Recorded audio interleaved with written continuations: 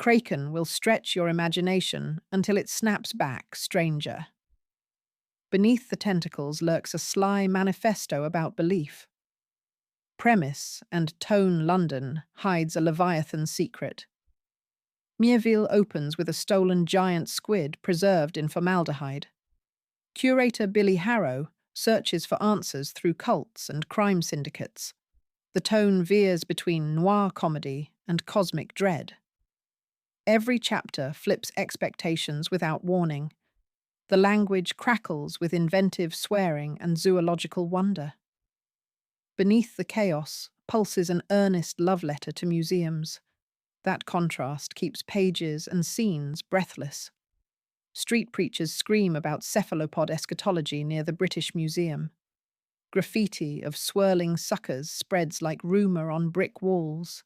Scenes jump from pubs to hidden laboratories beneath the Thames embankment.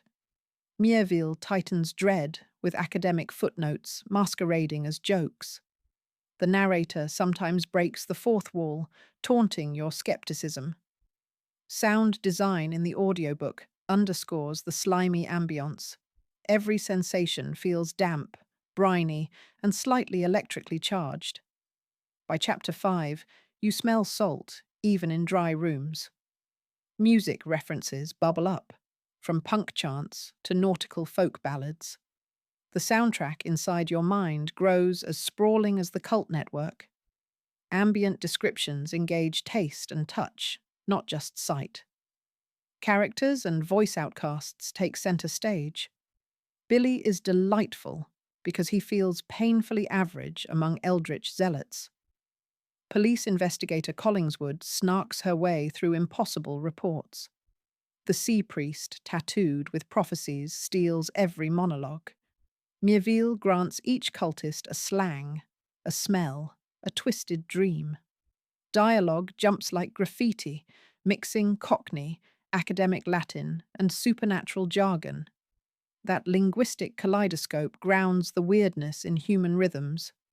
Even minor characters hint at unseen histories, rewarding rereads. Criminal mastermind Goss whispers threats so politely they feel like compliments.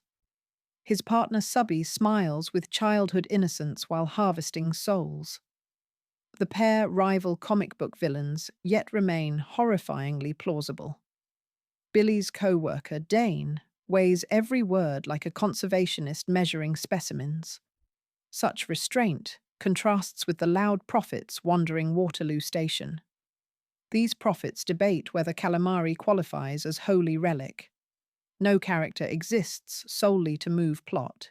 Each serves thematic texture. The audiobook voices amplify those textures with distinct accents and cadences. World building and themes. The city becomes theology. London's secret boroughs house competing doomsday sects, each worshipping a different metaphor. Some venerate ink, others traffic in household gods of soap and shampoo. Maps distort with mimetic magic, so reality rewrites itself around belief. Miéville argues that stories shape biology as much as DNA. The stolen Kraken threatens narrative extinction, not only ecological disaster. Faith, labour, and maritime history intersect in thrilling set pieces. Yet satire tempers the apocalypse, mocking bureaucracy that files prophecies in triplicate. Big ideas emerge through chase scenes rather than dusty lectures. Underground archives catalogue deities by chemical composition rather than moral alignment. The novel suggests that taxonomy itself is an act of worship. Miéville shows bureaucrats redacting fish names to suppress rival mythologies. Even garbage collectors negotiate treaties with sentient residue from aquarium tanks. Environmental anxiety merges with linguistic paranoia, producing uniquely brackish horror. Yet playful puns keep you laughing mid-panic. Nobody else balances terror and satire with such offhand grace. London itself mutates, sprouting tent benchmarks that tourists mistake for sculpture. Bus routes shift nightly like squid chromatophores blinking camouflage. Cartographers quit en masse, claiming the streets dream back. Verdict and comparable reads. This book feels alive and ink-slick. Kraken rewards readers who enjoy being confused before being amazed. The plot meanders, yet momentum never breaks because strangeness seduces curiosity. Some may crave tighter focus, especially after Perdido Street Station's disciplined crescendo. However, the sprawling improv suits the oceanic subject. I recommend tagging in Jeff Vandermeer's Annihilation for biological terror parallels. Neil Gaiman's Neverwhere pairs nicely for urban myth resonance. Overall, Kraken cements Miéville as the bard of bewilderment. Action scenes erupt with ink explosions and teleporting cephalopod statues. Miéville's pacing feels like surfing a tidal bore at midnight. You tumble, gasp, and emerge craving another ride. The conclusion leaves dangling threads, inviting fan theories for years. Rereading reveals early clues hidden in museum tour banter. For collectors, the hardcover's tentacle embossing looks gorgeous on shelves.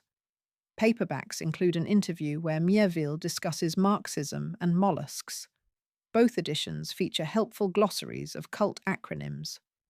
Streaming adaptations are rumoured, but nothing could match your own imagination. I kept rereading sentences simply to savour their rhythm. The prose pushes you to the dictionary, yet never feels pretentious. Reading in public risks, laughing aloud, or shivering visibly. Friends will ask why you look haunted and delighted simultaneously. Check out the full article for spoilers, quotes, and deeper analysis.